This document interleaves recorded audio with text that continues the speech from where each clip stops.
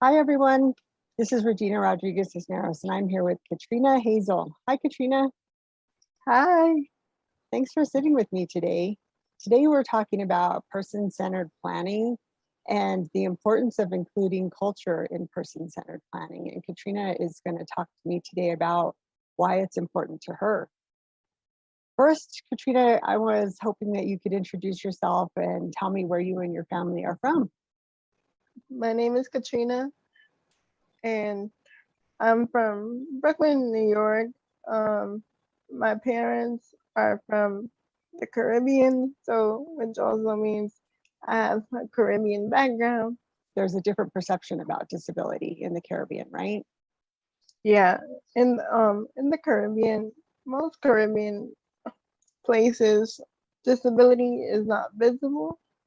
Many people with disabilities are kept at home due to the fact that they view disability as a sense of shame, pity, or they feel like it's like a curse. And do you think that, I mean, here you sometimes you have to explain that to doctors that that's a perception that people in your culture sometimes have? Yeah, I think that's something that should be explained to doctors. Even I feel like in the Caribbean American culture, doctors already give families or parents a hopeless perception of their child with a disability, which makes it kind of harder. I know for me, when I was diagnosed with a disability at 9 months old, doctors just basically gave my parents like a hopeless story. They said that I'll probably never be able to speak, talk, walk, or do anything for myself. And you've accomplished so much. You graduated from college, right? Yes, I graduated from college in June 2020 with my associate's degree in liberal arts from Kingsborough Community College. Congratulations. But you told me that when people were providing person centered planning to you and talking to you about what your next steps were after high school, that it didn't feel like it was very person centered because they had system decisions already made for you to send you to basically a day program, right? Correct. So like for me, I had no idea what a person-centered planning was until I really got into the work that I do today and advocacy and doing a whole bunch of different things within the disability community. I realized that they were trying to provide person-centered planning, but it wasn't really what it should be.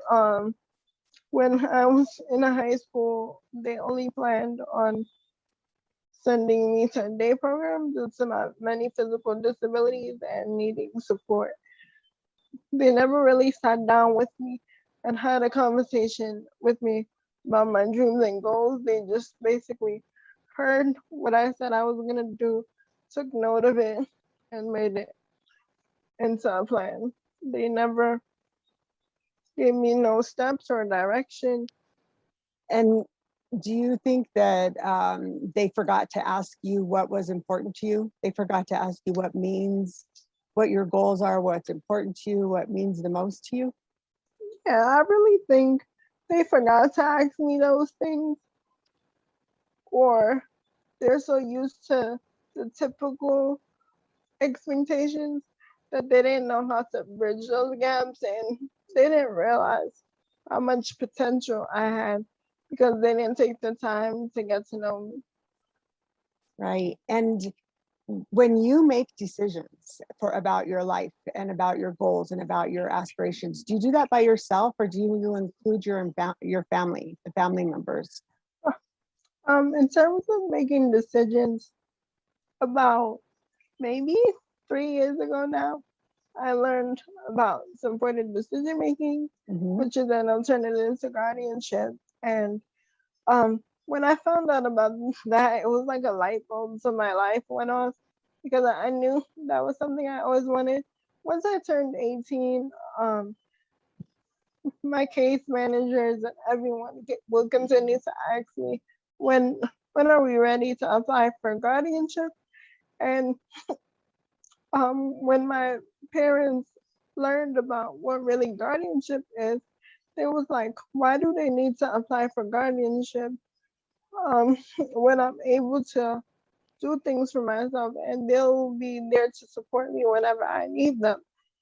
So we never went through the process for guardianship, but when I learned about supported decision making and how their system worked, I was ready to get on board. Do you think that it's really important when people see you and they ask you things that are important to you? What's important to you? What are your goals? What are your aspirations? And they get to know you, that they also understand your culture and your family's culture and where you come from, and that they honor that? I think so. I think they really get to understand my story, where I'm coming from, and with that, it brings them closer to me. Mhm.